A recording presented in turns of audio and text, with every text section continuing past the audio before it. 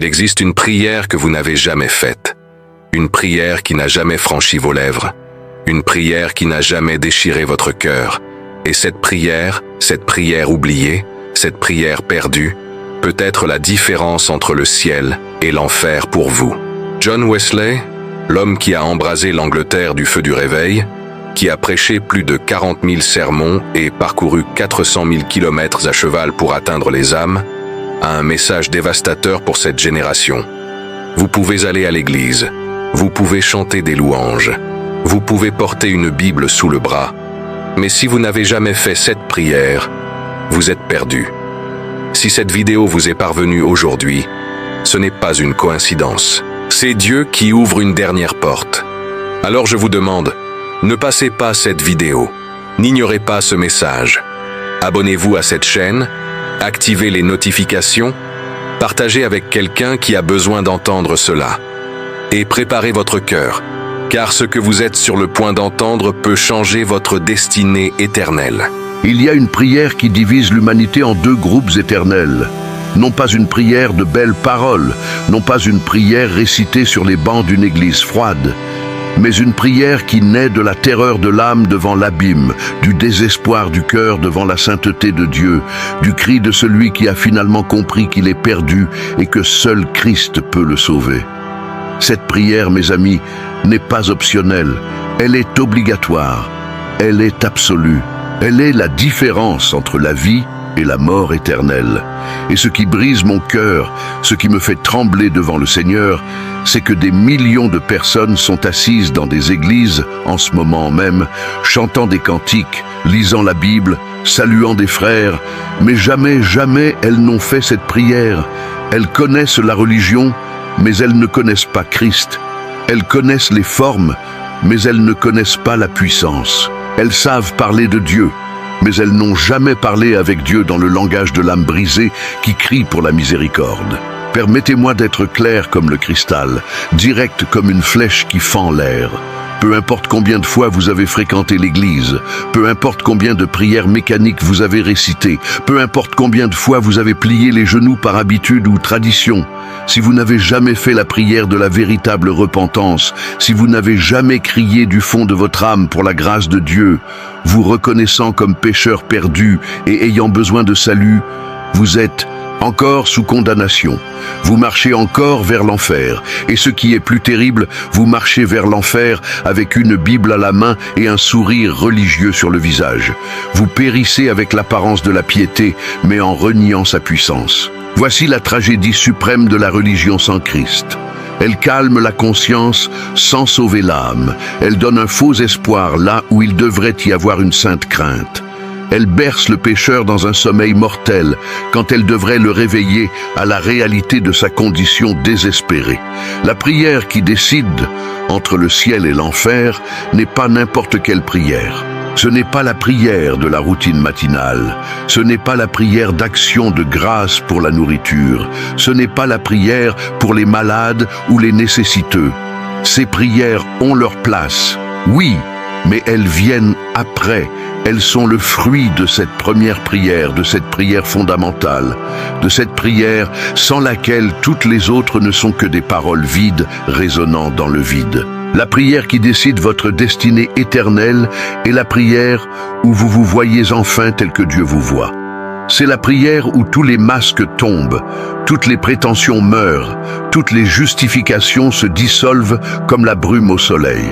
C'est la prière où vous êtes nus devant le Saint et il n'y a rien que vous puissiez faire, rien que vous puissiez offrir, rien en quoi vous puissiez avoir confiance, sauf en sa miséricorde. C'est la prière du publicain dans le temple qui se frappait la poitrine et n'osait même pas lever les yeux au ciel, mais criait seulement « Ô Dieu, sois apaisé envers moi, qui suis pécheur. » Avez-vous bien entendu? Il n'a pas dit « Dieu, je suis un homme bon, mais j'ai fait quelques erreurs. » Il n'a pas dit « Seigneur, je ne suis pas aussi mauvais que les autres. » Il n'a pas présenté sa liste d'œuvres religieuses, ses jeûnes, ses offrandes, ses prières. Il s'est présenté tel qu'il était, un pécheur ayant besoin de miséricorde. Et Jésus a dit que cet homme descendit justifié dans sa maison. Non pas le pharisien qui priait avec lui-même, se vantant de ses vertus. Non pas le religieux qui se confiait en ses propres œuvres, mais le pécheur qui s'est reconnu comme tel et s'est jeté dans la miséricorde divine. Voici la prière qui sauve. Voici la prière qui ouvre le ciel. Voici la prière qui décide entre la vie éternelle et la perdition éternelle. Mais pourquoi cette prière est-elle si rare ? Pourquoi si peu la font-ils vraiment? Parce qu'elle exige quelque chose que la nature humaine déteste de toutes les fibres de son être, l'humiliation totale. Elle exige que vous descendiez du trône où vous vous êtes placé et reconnaissiez que vous êtes en faillite spirituelle. Elle exige que vous cessiez de vous comparer à d'autres pécheurs et que vous vous compariez à la norme de Dieu. Elle exige que vous abandonniez toutes les béquilles religieuses sur lesquelles vous vous appuyez et que vous vous teniez devant Dieu les mains vides. Et le cœur humain, le cœur humain rebelle et orgueilleux, préfère n'importe quoi à cela. Il préfère 1000 jeûnes à un moment de véritable contrition. Il préfère 1000 heures de prière formelle à une seconde de reconnaissance sincère de sa nature pécheresse. Il préfère donner tout ce qu'il a plutôt que d'admettre qu'il est spirituellement en faillite et qu'il ne peut se sauver lui-même. Je vois des églises pleines de gens qui n'ont jamais fait cette prière. Ils vont au culte depuis des décennies. Ils connaissent les cantiques par cœur. Ils portent des Bibles usées par l'usage. Mais leurs cœurs n'ont jamais été brisés par le poids du péché. Leurs yeux n'ont jamais été ouverts à la sainteté de Dieu. Ils n'ont jamais vécu ce moment terrible et glorieux où vous réalisez que vous êtes complètement perdu et que si Dieu n'intervient pas, vous périrez. Ils vivent dans une religion confortable, dans une foi nominale, dans une piété extérieure. Ils font toutes les bonnes choses pour de mauvaises raisons. Ils obéissent aux règles sans aimer le Seigneur. Ils pratiquent des rituels sans vivre la transformation. Et ainsi, année après année, ils se rapprochent de plus en plus de l'éternité, et quand ils franchiront finalement la ligne de la mort, ils découvriront trop tard qu'ils connaissaient des choses sur Christ, mais ne connaissaient pas Christ. Qu'ils étaient près du royaume, mais n'y sont pas entrés. Quelle tragédie indescriptible! Quelle horreur au-delà de toute compréhension! Passer une vie entière entourée des choses de Dieu et perdre Dieu lui-même. Être si près de la source de vie et mourir de soif. Avoir la lumière devant vous et choisir de marcher dans les ténèbres. Et tout cela à cause de l'orgueil, de cet orgueil maudit qui ne s'incline pas, qui ne se brise pas, qui préfère périr avec sa dignité intacte plutôt que d'être sauvé par la grâce humiliante de Dieu. Mais je vous le dis aujourd'hui, et que le Saint-Esprit grave cela dans votre cœur. Il vaut mieux que vous vous humiliez maintenant devant Dieu que d'être humilié éternellement devant toute la création au jour du jugement. Il vaut mieux que vous pleuriez maintenant pour vos péchés que de pleurer éternellement sous le poids de la colère divine. Il vaut mieux que vous criez maintenant pour la miséricorde pendant qu'il est encore temps. Pendant que la porte est encore ouverte, pendant que la grâce est encore disponible, que de crier pour la miséricorde quand il sera trop tard, quand la porte sera fermée, quand vous serez de l'autre côté de l'éternité, sans espoir de retour. La prière qui décide entre le ciel et l'enfer doit être faite de tout votre être. Elle ne peut pas être une prière superficielle, mécanique, répétée, sans sentiment. Elle ne peut pas être des mots mémorisés que vous avez appris enfant.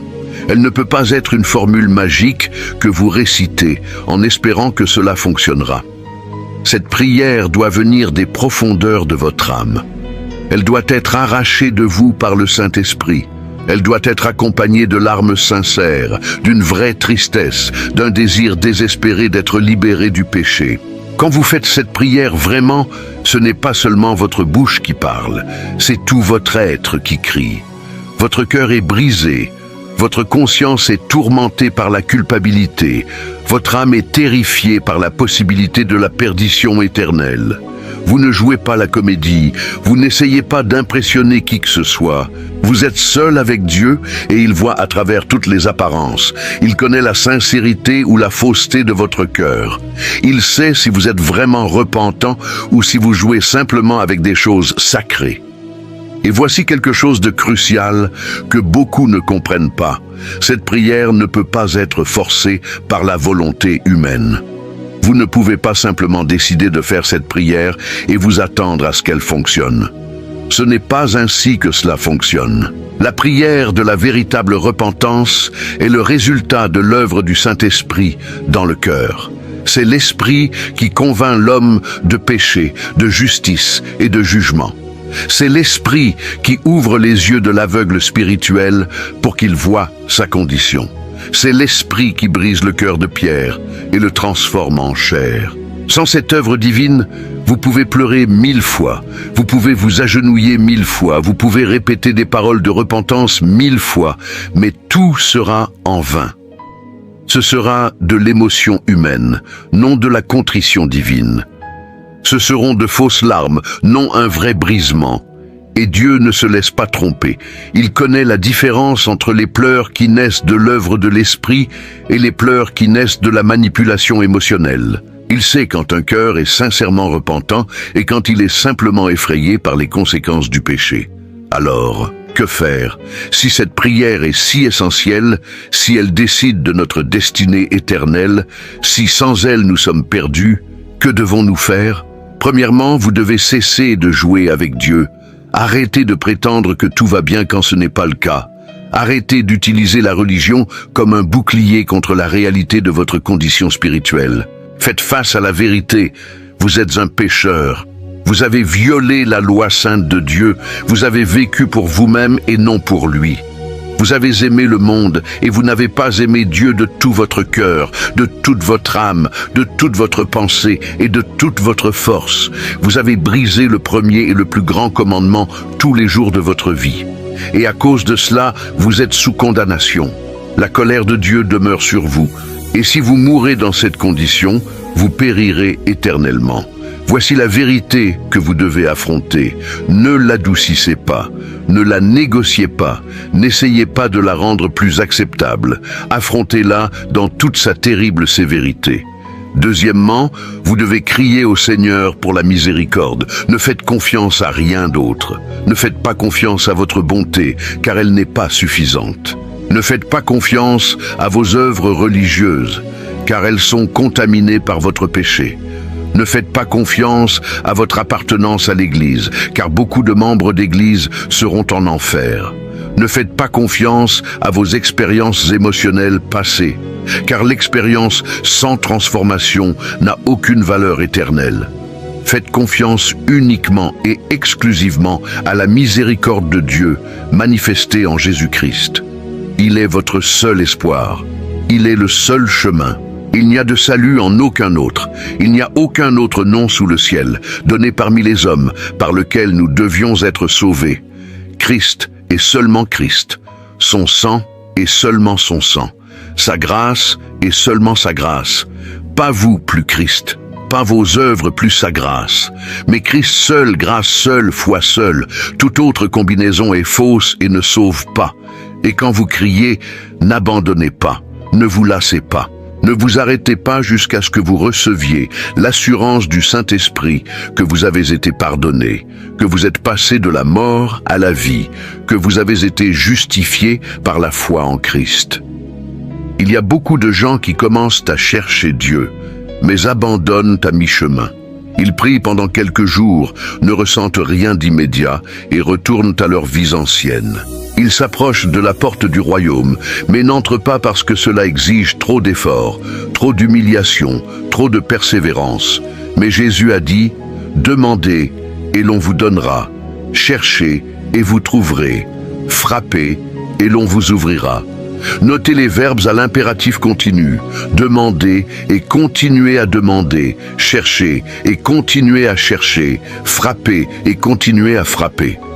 Ce n'est pas une tentative occasionnelle, c'est une recherche persistante. C'est le cri désespéré de l'âme qui sait que sans Dieu elle est perdue et qu'elle ne se reposera pas tant qu'elle ne l'aura pas trouvé. La prière qui décide entre le ciel et l'enfer change tout.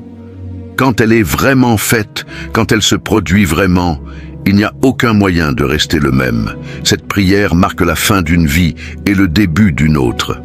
Elle marque la fin de la domination du péché et le début du règne de la grâce. Elle marque la transition des ténèbres à la lumière, de la mort à la vie, de la condamnation à la justification. C'est un moment de rupture radicale. La personne qui fait cette prière vraiment ne peut plus vivre comme elle vivait auparavant. Elle ne peut plus pécher avec la même tranquillité. Elle ne peut plus ignorer la voix de Dieu. Quelque chose de fondamental a changé en elle. Le Saint-Esprit est venu habiter dans son cœur. Elle a été faite nouvelle créature. Les choses anciennes sont passées. Voici, toutes choses sont devenues nouvelles. Elle a reçu un nouveau cœur, une nouvelle nature, de nouveaux désirs, de nouvelles valeurs, un nouveau but. Elle est née de nouveau, non dans une réforme superficielle, mais dans une recréation surnaturelle. Et cela ne vient pas de l'effort humain, cela ne vient pas de la décision de la volonté, cela ne vient pas de l'émotion momentanée, cela vient de Dieu. C'est son œuvre du début à la fin. Nous ne nous sauvons pas, nous sommes sauvés. Nous ne nous transformons pas, nous sommes transformés. Nous ne nous régénérons pas, nous sommes régénérés par le Saint-Esprit. Mais voici le test. Comment savez-vous si vous avez vraiment fait cette prière ? Comment savez-vous si vous êtes vraiment passé de la mort à la vie? Car aujourd'hui, il y a beaucoup de fausses assurances, beaucoup de sécurité infondée, beaucoup de gens qui pensent être sauvés mais ne le sont pas. Alors, laissez-moi donner quelques signes clairs. Premier, un amour sincère pour Dieu et pour sa parole. Si vous êtes vraiment né de nouveau, vous aimez Dieu. Non pas un amour théorique, mais un amour pratique. Vous désirez être avec lui dans la prière. Vous désirez lire sa parole. Vous désirez obéir à ses commandements, pas parfaitement. Nous sommes encore des pécheurs luttant contre notre chair, mais sincèrement.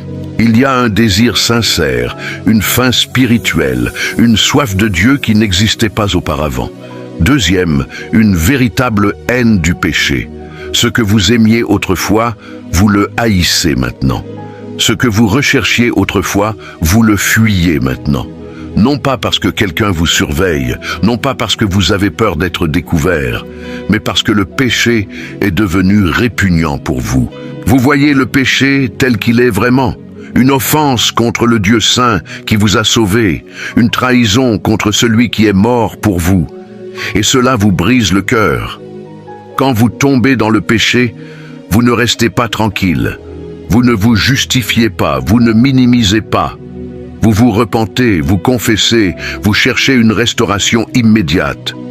Troisième signe, l'amour pour les frères. Celui qui n'aime pas son frère demeure dans la mort, dit l'Écriture. L'amour fraternel est une marque indubitable de la vie nouvelle.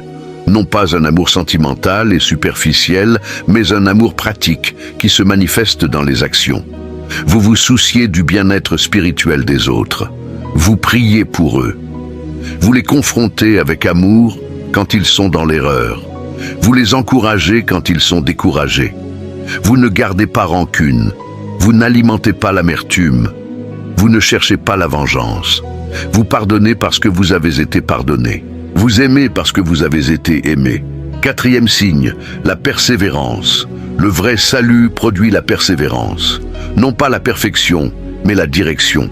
Vous pouvez tomber, mais vous vous relevez. Vous pouvez échouer, mais vous n'abandonnez pas. Il y a une constance dans votre marche chrétienne. Non pas des hauts et des bas extrêmes où vous êtes fervent un jour et froid le lendemain, mais une marche stable, bien qu'imparfaite, dans la direction de la sainteté. Vous croissez en grâce et dans la connaissance du Seigneur. Vous êtes transformés de gloire en gloire à l'image de Christ. Le processus est lent, souvent douloureux, mais il est réel et continu. Maintenant, permettez-moi de parler à ceux qui ont réalisé qu'ils n'ont jamais vraiment fait cette prière. Vous qui écoutez cela et le Saint-Esprit touche vos cœurs, montrant que vous avez été religieux mais non régénérés, occupés mais non sauvés, orthodoxes en doctrine mais morts spirituellement. Que devez-vous faire maintenant? Ne laissez pas passer ce moment. N'endurcissez pas vos cœurs. Ne dites pas « je vais réfléchir à cela plus tard, je vais prier à ce sujet plus tard, je vais m'en occuper quand j'aurai le temps ». Non, aujourd'hui est le jour du salut. Aujourd'hui, pendant qu'il y a encore de la lumière, pendant qu'il y a encore de la conviction, pendant que le Saint-Esprit travaille encore en vous, demain pourrait être trop tard. Vous n'avez aucune garantie de demain. Vous ne savez pas si vous aurez une autre opportunité comme celle-ci. Dieu frappe à la porte de votre cœur maintenant. Ouvrez, il vous appelle maintenant. Répondez, il offre la miséricorde maintenant. Acceptez, non seulement par peur, bien que la crainte de Dieu soit le commencement de la sagesse, mais parce que vous avez finalement vu la vérité sur vous-même et sur Dieu. Vous avez vu que vous êtes perdu et il est le Sauveur. Vous avez vu que vous êtes en faillite et il est riche en miséricorde. Vous avez vu que vous êtes mort et il est la résurrection et la vie. Ne vous illusionnez pas en pensant que vous pouvez faire cela plus tard. Ne vous trompez pas en pensant que vous pouvez continuer à reporter. Chaque fois que vous rejetez la voix du Saint-Esprit, votre cœur s'endurcit un peu plus. Chaque fois que vous dites non à la vérité, il devient plus difficile de dire oui. Il y a des gens qui ont eu tant d'opportunités et les ont toutes rejetées, qu'ils ne peuvent plus se repentir, même s'ils le veulent. Leur cœur est devenu si dur qu'il ne répond plus. La conscience a été cautérisée. Le Saint-Esprit a cessé de lutter avec eux. Et maintenant ils sont dans un état terrible, vivants physiquement, mais morts spirituellement, sans espoir, sans Dieu, sans possibilité de salut. Qu'aucun de vous n'atteigne ce point. Qu'aucun de vous ne franchisse cette ligne d'où il n'y a pas de retour. Tant qu'il y a de la vie, il y a de l'espoir. Tant que l'Esprit convainc, il y a possibilité de repentance. Tant que Dieu appelle, vous pouvez répondre. Mais il n'y a aucune garantie que cette porte restera ouverte pour toujours. Il n'y a aucune promesse qu'il y aura une prochaine fois. Et pour ceux qui ont déjà fait cette prière, qui sont déjà nés de nouveau, qui sont déjà passés de la mort à la vie, ne devenez pas complaisants. Ne pensez pas que parce que vous avez été sauvés une fois, vous pouvez maintenant vivre comme vous voulez. Le salut n'est pas une licence pour pécher, c'est le pouvoir de vaincre le péché. Vous avez été sauvés pour être saints. Vous avez été rachetés pour servir le Seigneur. Vous avez été pardonnés pour pardonner aux autres. Vous avez reçu la grâce pour être un canal de grâce. Ne vous installez pas dans une foi tiède, dans une religiosité formelle, dans une vie chrétienne médiocre. Cherchez la sainteté, cherchez l'intimité avec Dieu, cherchez à être rempli du Saint-Esprit. Priez sans cesse, méditez sur la parole jour et nuit, mortifiez le péché à la racine, fuyez les tentations, revêtez toute l'armure de Dieu, car la guerre spirituelle est réelle. Le diable cherche à dévorer, le monde offre des plaisirs trompeurs. Votre chair lutte contre l'esprit. Et si vous ne veillez pas, si vous ne priez pas, si vous ne demeurez pas en Christ, vous pouvez faire naufrage dans la foi. Beaucoup ont bien commencé, mais ont mal fini. Beaucoup ont couru avec enthousiasme au début, mais ont abandonné au milieu de la course. Ne soyez pas l'un d'eux, persévérez jusqu'à la fin, tenez ferme, gardez la foi qui a été transmise aux saints une fois pour toutes. Et si vous êtes tombés, relevez-vous. Si vous vous êtes égarés, revenez. Si vous vous êtes refroidis, ravivez votre premier amour. Ne restez pas prosternés dans la culpabilité et la condamnation. Confessez votre péché à Dieu. Il est fidèle et juste pour pardonner. Il est riche en miséricorde. Il ne veut pas qu'aucun périsse. Il désire que tous viennent à la repentance. Le cœur de Dieu n'a pas changé envers vous. Son amour demeure le même. Ses compassions se renouvellent chaque matin. Alors, revenez à la maison. Comme le fils prodigue, levez-vous de la porcherie où vous vous trouvez et dites « Je me lèverai et j'irai vers mon Père ». Peu importe jusqu'où vous êtes allés, peu importe la profondeur de votre chute, peu importe la gravité de votre péché, il y a du pardon pour vous en Christ. Il y a la restauration, il y a une nouvelle chance. Non pas parce que vous le méritez, mais parce qu'il est miséricordieux. Non pas parce que vous êtes bon, mais parce qu'il est bon. Et quelle miséricorde! Une miséricorde qui atteint le plus vil des pécheurs, une miséricorde qui descend dans les profondeurs les plus sombres pour sauver le perdu. Une miséricorde qui ne mesure pas la taille du péché avant d'offrir le pardon. Vous avez peut-être trahi, menti, volé, commis l'adultère. Vous avez peut-être détruit des vies, ruiné des familles, souillé votre nom. Vous avez peut-être des péchés si honteux que vous n'oseriez les confesser à aucun être humain. Mais je vous le dis, le sang de Jésus-Christ purifie de tout péché. Tout péché. Il n'y a pas d'exception. Il n'y a pas de péché trop grand pour la croix. Il n'y a pas de tâche trop profonde pour le sang de l'agneau. Là où le péché a abondé, la grâce a surabondé. Et si le péché a régné par la mort, combien plus la grâce règne par la justice pour la vie éternelle, par Jésus-Christ notre Seigneur. Vous n'avez pas besoin de devenir meilleur avant de venir à Christ. Vous n'avez pas besoin de nettoyer votre vie avant de chercher le pardon. Vous venez tel que vous êtes, sale, brisé, honteux, et il vous purifie, il vous restaure, il vous transforme.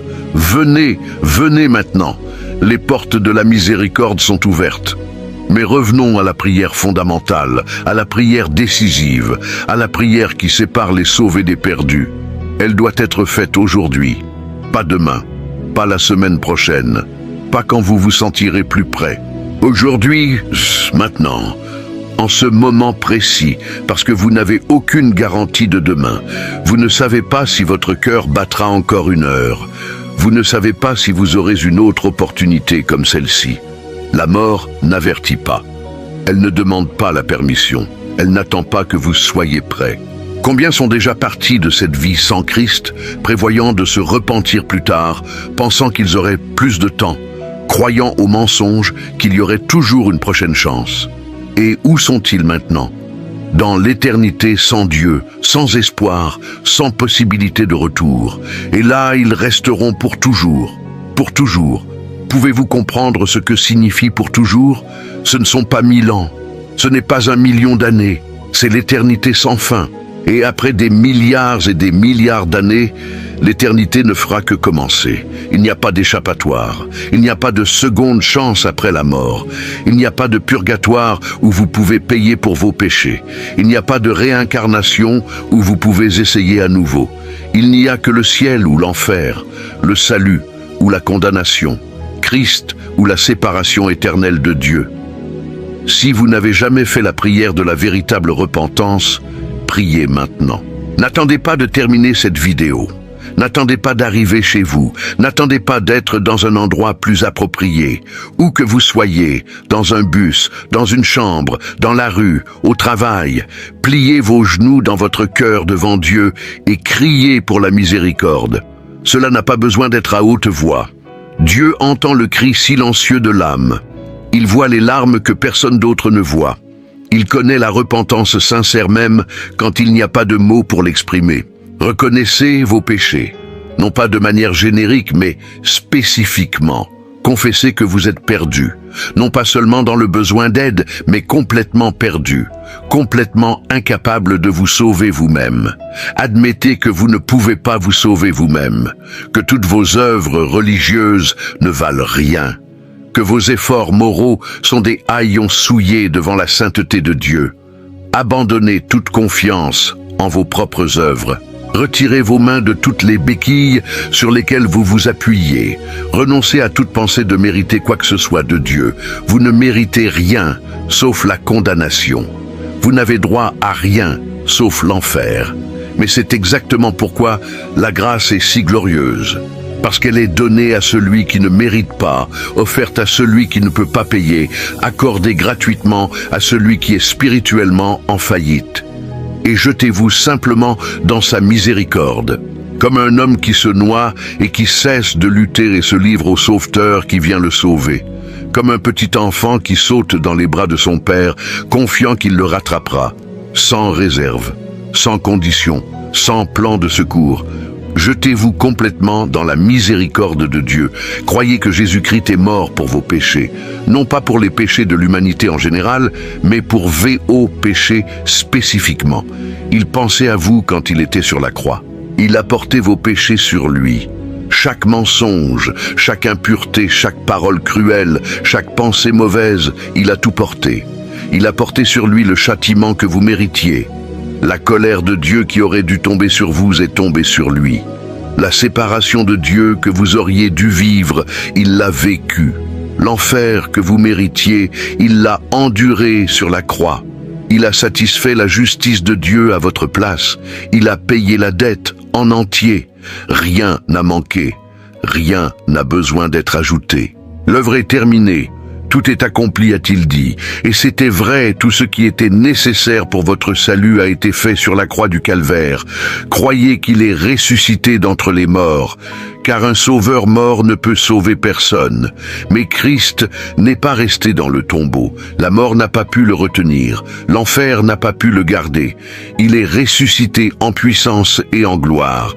Il est vivant aujourd'hui. Il est à la droite du Père, intercédant pour vous. Il est prêt à sauver tous ceux qui viennent à lui. Non seulement les bons, non seulement les religieux, non seulement ceux qui ont une vie moralement correcte, mais tous. Car Dieu a tant aimé le monde qu'il a donné son Fils unique, afin que quiconque croit en lui ne périsse pas, mais qu'il ait la vie éternelle. Quiconque, cela vous inclut. Peu importe qui vous êtes, ce que vous avez fait, jusqu'où vous êtes allés. Si vous venez à Christ avec une foi véritable, il ne vous rejettera pas. Il a promis, celui qui vient à moi, je ne le mettrai pas dehors. C'est une promesse absolue, une garantie divine. Si vous venez, il vous recevra. Si vous criez, il vous entendra. Si vous cherchez, vous trouverez. Croyez qu'il peut et veut vous sauver maintenant, en ce moment précis. Pas dans une heure, pas après que vous vous soyez corrigé, pas quand vous vous sentirez digne. Maintenant. Car maintenant est le temps favorable, maintenant est le jour du salut. Et invoquez son nom. Il y a de la puissance dans ce nom. Il y a de l'autorité dans ce nom. Il y a le salut dans ce nom. Jésus, ce nom qui fait trembler les démons. Ce nom devant lequel tout genou fléchira. Ce nom qui est au-dessus de tout nom. Jésus, sauve-moi. Pas une longue prière élaborée, pas un discours théologique, mais un cri désespéré. Sauve-moi. Jésus, aie pitié de moi. Comme le publicain qui n'osait même pas lever les yeux. Comme Bartimée l'aveugle au bord du chemin, comme Pierre coulant dans les eaux. Miséricorde, Jésus pardonne mes péchés, chacun d'eux, depuis l'enfance jusqu'à maintenant, ceux dont je me souviens et ceux que j'ai oubliés, ceux que j'ai commis ouvertement et ceux que j'ai cachés. Pardonne. Jésus, entre dans mon cœur, prends possession de ma vie, prends le contrôle, règne comme Seigneur. Jésus, fais de moi le tien, non plus mien, mais tien, acheté par ton sang, scellé par ton esprit, à toi pour toujours. Criez avec foi, non avec doute. Criez en croyant qu'il vous entend, qu'il vous répondra, qu'il vous sauvera. La foi n'est pas l'espoir que cela fonctionnera peut-être. C'est la certitude que cela fonctionnera parce que Dieu l'a promis. Criez avec sincérité, non avec hypocrisie. Ne jouez pas la comédie. N'essayez pas d'impressionner Dieu. Il voit le cœur. Il connaît la différence entre la vraie repentance et le remords superficiel. Criez de tout votre cœur, pas à moitié, pas avec des réserves, mais avec tout ce que vous êtes, de toute votre âme, de toute votre force, et vous serez sauvés. Non pas peut-être, non pas possiblement, mais certainement, car quiconque invoquera le nom du Seigneur sera sauvé. C'est une promesse de Dieu, et Dieu ne ment pas, il n'échoue pas, il ne déçoit pas. Ce qu'il a promis, il l'accomplira. Si vous invoquez, vous serez sauvés. Point final. Ne vous inquiétez pas si vous ne ressentez pas d'émotions bouleversantes immédiatement. Ne soyez pas troublés s'il n'y a pas d'expérience mystique instantanée. Le salut ne dépend pas des sentiments. Il dépend de la foi. Les sentiments sont variables. Ils vont et viennent. Ils changent avec les circonstances. Mais la foi est fondée sur la parole de Dieu, non sur les émotions humaines. Croyez-vous que Jésus est mort pour vous? Non pas parce que vous avez ressenti quelque chose de spécial, mais parce que la Bible le dit et que vous croyez en la parole de Dieu. Faites-vous confiance en lui comme votre sauveur, non pas parce que vous avez eu une vision ou un rêve, mais parce qu'il a promis de sauver tous ceux qui viennent à lui et que vous croyez cette promesse. Vous repentez-vous de vos péchés, non pas parce que vous avez pleuré des larmes abondantes, mais parce que votre cœur a changé par rapport au péché. Vous le haïssez maintenant. Vous voulez vivre dans la sainteté. Alors, vous avez tout ce dont vous avez besoin. Les sentiments peuvent venir plus tard, ou ils peuvent ne pas venir. Cela n'a pas d'importance. Certains éprouvent une grande joie immédiatement. D'autres éprouvent une paix profonde. D'autres ne ressentent rien d'extraordinaire sur le moment. Mais tous ont été également sauvés s'ils sont venus à Christ avec une foi véritable. Ce qui compte, c'est la réalité objective de votre justification devant Dieu. Non pas ce que vous ressentez, mais ce que Dieu a déclaré. Et il a déclaré juste quiconque croit en Jésus. Vous êtes justifiés par la foi, non par les sentiments. Vous êtes sauvés par grâce, non par des expériences émotionnelles. Ce qui compte, c'est que vos péchés ont été pardonnés. Dieu les a jetés derrière son dos. Il les a jetés dans les profondeurs de la mer. Il les a éloignés de vous autant que l'Orient est éloigné de l'Occident. Ils n'existent plus dans le registre divin. Ils ont été effacés par le sang de Christ. La colère de Dieu a été ôtée. Elle ne plane plus sur vous. Elle a été satisfaite à la croix. La justice de Dieu a été accomplie. Vous n'êtes plus sous condamnation. Il n'y a donc maintenant aucune condamnation pour ceux qui sont en Jésus-Christ. Vous avez été réconciliés avec lui par le sang de Christ. L'hostilité est terminée. La séparation est finie. Vous avez été rapprochés, vous avez été adoptés dans la famille de Dieu. Vous êtes devenus enfants de Dieu, héritiers de Dieu et cohéritiers avec Christ. Voici la glorieuse vérité de l'Évangile.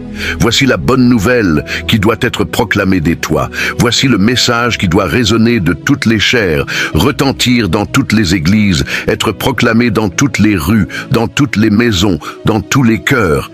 Christ est mort pour les pécheurs, non pas pour les justes, non pas pour ceux qui étaient déjà bons, mais pour les pécheurs, pour les rebelles, pour les ennemis de Dieu. Il est mort alors que nous étions encore pécheurs. Il nous a aimés quand nous étions détestables. Il nous a cherchés quand nous fuyions loin de lui. Christ sauve complètement, non pas partiellement, non pas à moitié, mais complètement. Il peut sauver parfaitement ceux qui s'approchent de Dieu par lui. Peu importe la profondeur de votre chute, il peut vous relever. Peu importe la saleté de votre vie, il peut vous purifier. Peu importe votre brisement, il peut vous restaurer.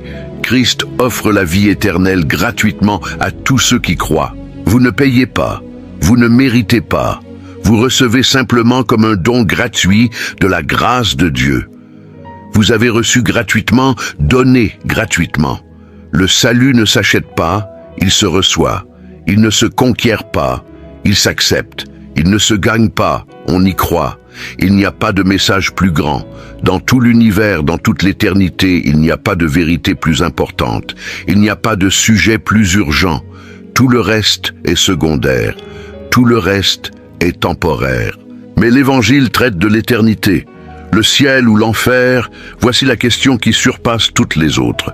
Le succès ou l'échec dans cette vie, cela passe. La richesse ou la pauvreté, c'est temporaire. La santé ou la maladie, cela ne dure que tant que ce corps vit. Mais la vie ou la mort éternelle, voici le choix qui demeure pour toujours. Où passerez-vous l'éternité? Avez-vous décidé? Êtes-vous certain? Et la prière que vous faites aujourd'hui décide de tout. Absolument tout. Non pas vos sentiments, non pas vos œuvres, non pas votre religion, mais la prière de repentance et de foi. Cette prière décide de votre destinée éternelle. Avez-vous fait cette prière vraiment, du fond du cœur? Si oui, vous êtes sauvé. Sinon, vous êtes perdu. Il n'y a pas de terrain d'entente, il n'y a pas de zone grise. C'est noir ou blanc, le ciel ou l'enfer, la vie ou la mort. Alors priez. Ne continuez pas à reporter, ne continuez pas à fuir, ne continuez pas à vous tromper. Priez maintenant. Maintenant. Ce pourrait être votre dernier moment. Ce pourrait être votre dernière chance. Le Saint-Esprit pourrait vous convaincre pour la dernière fois. Demain, votre cœur pourrait être plus dur. La semaine prochaine, vous pourriez être mort. Dans un mois, il pourrait être trop tard. Alors priez maintenant. Priez de tout votre être. Pas avec des paroles vides. Pas avec de la formalité religieuse, mais avec la passion d'une âme qui a finalement compris qu'elle est au bord de l'abîme éternel et qu'elle a besoin d'être sauvée. Priez jusqu'à ce que vous soyez certain d'avoir été entendu. Ne cessez pas de crier jusqu'à ce que vous sachiez que Dieu vous a entendu. Continuez à chercher, continuez à demander, continuez à frapper jusqu'à ce que la porte s'ouvre. Priez jusqu'à ce que le Saint-Esprit rende témoignage à votre esprit que vous êtes enfants de Dieu. Il y a un témoignage intérieur que l'Esprit donne aux vrais croyants. Une certitude qui ne vient pas de l'émotion, mais de la révélation divine. Une paix qui dépasse l'entendement, une joie inexplicable, une liberté que vous n'avez jamais vécue. Priez jusqu'à ce que la paix de Dieu, qui surpasse toute intelligence, inonde votre cœur. Cette paix qui n'a pas de sens dans les circonstances extérieures, mais qui vient de savoir que vous êtes bien avec Dieu, que vos péchés ont été pardonnés, que vous avez la vie éternelle. Priez jusqu'à connaître la joie du salut, l'allégresse du pardon, la liberté d'être réconcilié avec Dieu. C'est une joie que le monde ne peut donner et ne peut enlever. C'est la joie de celui qui était mort et qui est revenu à la vie, de celui qui était perdu et qui a été retrouvé, de celui qui était dans les ténèbres et qui a été amené à la lumière. Cette prière changera votre vie, non pas un peu, complètement. Vous ne serez plus le même. Les choses anciennes passeront, les choses nouvelles viendront. Vos valeurs changeront, vos désirs changeront, vos relations changeront, votre but changera, parce que vous serez nés de nouveau. Cette prière changera votre destinée, non pas seulement dans cette vie, mais pour toute l'éternité. Cette prière décidera où vous passerez chaque seconde des milliards et milliards d'années à venir, où vous serez quand cet univers n'existera plus, où vous serez quand tout ce que nous connaissons aura disparu, avec Dieu au ciel ou séparé de lui en enfer. Et cette décision se prend maintenant en ce moment par vous. Il n'y a rien de plus important en ce moment, rien dans ce monde, aucun engagement, aucune responsabilité, aucune distraction ne vaut plus que votre âme. Vous pouvez gagner le monde entier, avoir tout l'argent, tout le pouvoir, toute la gloire, tous les plaisirs, mais si vous perdez votre âme, à quoi cela sert-il? Jésus a demandé « Que servirait-il à un homme de gagner le monde entier s'il perdait son âme ?» C'est une question rhétorique. La réponse est évidente. Cela ne sert à rien. Vous perdez tout. Parce que tout ce que vous avez gagné dans ce monde, vous le laisserez derrière vous quand vous mourrez. Mais votre âme éternelle, celle-là vous l'emporterez avec vous. Et elle sera soit sauvée, soit perdue, soit avec Christ, soit sans Christ, soit au ciel, soit en enfer. Ou que donnerait un homme en échange de son âme? Il n'y a pas d'échange possible. Il n'y a rien dans ce monde qui vaille une âme, rien. Toutes les richesses de la terre n'achètent pas une âme. Tout l'or et tout l'argent ne rachètent pas une âme de l'enfer. Seulement le sang de Christ, seulement la grâce de Dieu, seulement la miséricorde divine. Votre âme est éternelle. Pensez-y. Laissez cela pénétrer profondément dans votre compréhension. Votre âme ne cessera jamais d'exister. Votre corps mourra. Ce corps que vous voyez dans le miroir, que vous nourrissez, que vous habillez, dont vous prenez soin, il mourra, il retournera à la poussière, il se décomposera dans la tombe, vos biens resteront, la maison que vous avez construite restera pour d'autres, l'argent que vous avez économisé sera divisé, la voiture que vous conduisez sera vendue. Vos réalisations seront oubliées, les médailles que vous avez gagnées, les prix que vous avez reçus, la reconnaissance que vous avez eue, tout sera oublié. Peut-être en une génération, peut-être en deux, mais certainement cela sera oublié, parce que tout dans ce monde passe. La gloire de ce monde est comme la fleur des champs. Aujourd'hui, elle fleurit, demain, elle se fane. Mais votre âme vivra pour toujours, pour toujours. Vous existerez encore quand cette planète n'existera plus. Vous serez encore conscient quand toutes les étoiles s'éteindront. Vous serez encore vous-même quand le temps lui-même cessera d'exister. Soit au ciel avec Dieu, vivant une gloire indescriptible, une joie sans fin, une paix parfaite, un amour consommé en présence de l'agneau, l'adorant éternellement. Soit en enfer, séparé de lui. Et sur l'enfer, je dois parler. même si c'est désagréable, même si c'est terrifiant, parce que si je ne parle pas, je vous mentirai, je cacherai la vérité, je tromperai votre âme. Il n'y a pas de troisième option. La Bible n'enseigne pas de troisième option. Il n'y a pas d'état intermédiaire final où vous restez en attente. Il n'y a pas de purgatoire où vous payez pour vos péchés jusqu'à être purifié. C'est une invention humaine, non une révélation divine. Il n'y a pas d'anéantissement où vous cessez simplement d'exister. C'est un espoir humain, non une promesse biblique. Il y a la vie éternelle ou la mort éternelle. Et la mort éternelle ne signifie pas cesser d'exister. Cela signifie exister éternellement séparé de Dieu. Cela signifie exister éternellement dans le tourment. Cela signifie exister éternellement dans les ténèbres. Il y a la communion avec Dieu ou la séparation de lui, la proximité ou la distance, l'étreinte ou le rejet. Il y a le bonheur parfait ou le tourment éternel. Il n'y a pas de terrain d'entente, il n'y a pas de point d'équilibre, il n'y a pas de neutralité. Vous allez vers un endroit ou vers l'autre, et la direction est déterminée par votre réponse à Christ. Si vous le recevez, vous allez au ciel. Si vous le rejetez, vous allez en enfer. Simple comme cela, clair comme cela, absolu comme cela. Amis, regardez-moi, écoutez ces paroles de tout votre cœur. La prière est devant vous. Ce n'est pas une prière compliquée. Elle n'exige pas de belles paroles. Elle n'a pas besoin de théologie sophistiquée.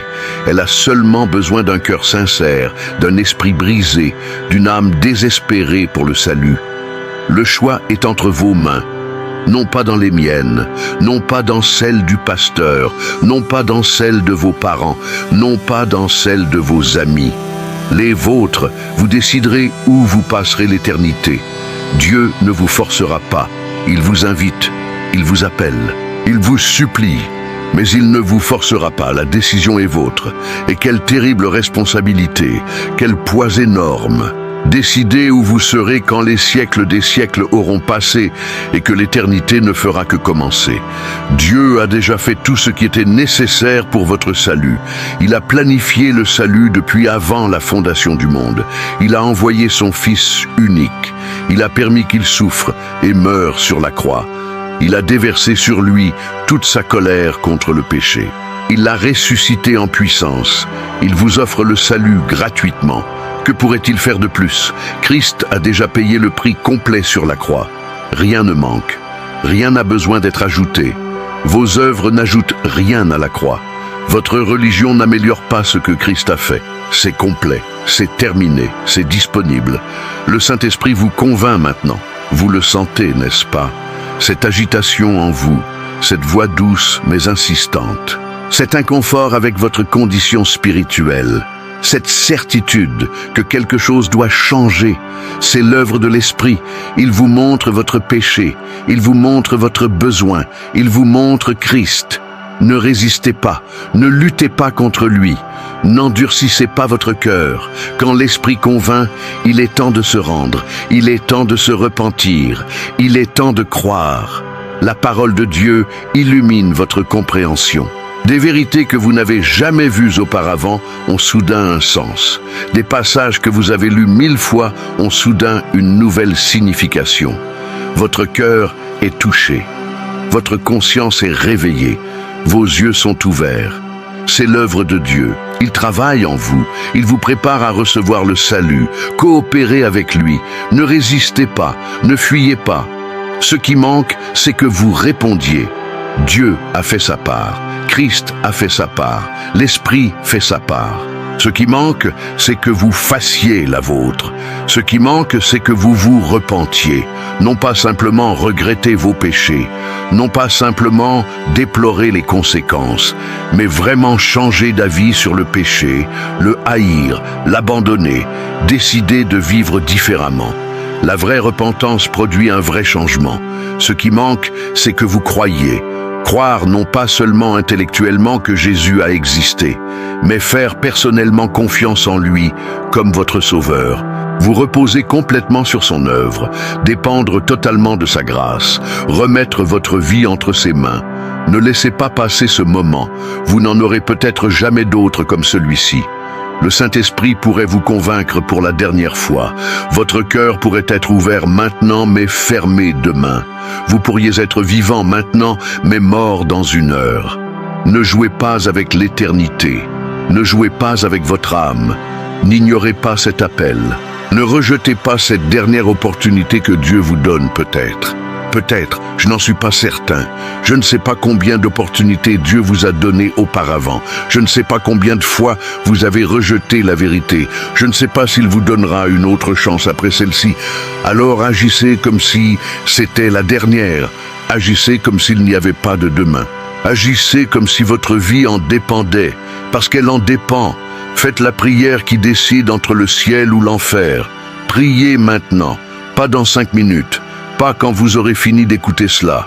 Maintenant, arrêtez tout ce que vous faites, oubliez tout le reste et parlez avec Dieu, priez du cœur, non pas seulement des lèvres, non pas mécaniquement, mais de l'endroit le plus profond de votre âme, et soyez sauvés éternellement, pour toujours, sans possibilité de perdition, sans peur de condamnation, sans doute sur votre destinée, sauvés, en sécurité dans les mains de Christ, scellé par le Saint-Esprit, destiné au ciel, avec la vie éternelle déjà commencée, non pas quand vous mourrez, maintenant, celui qui croit au Fils à la vie éternelle.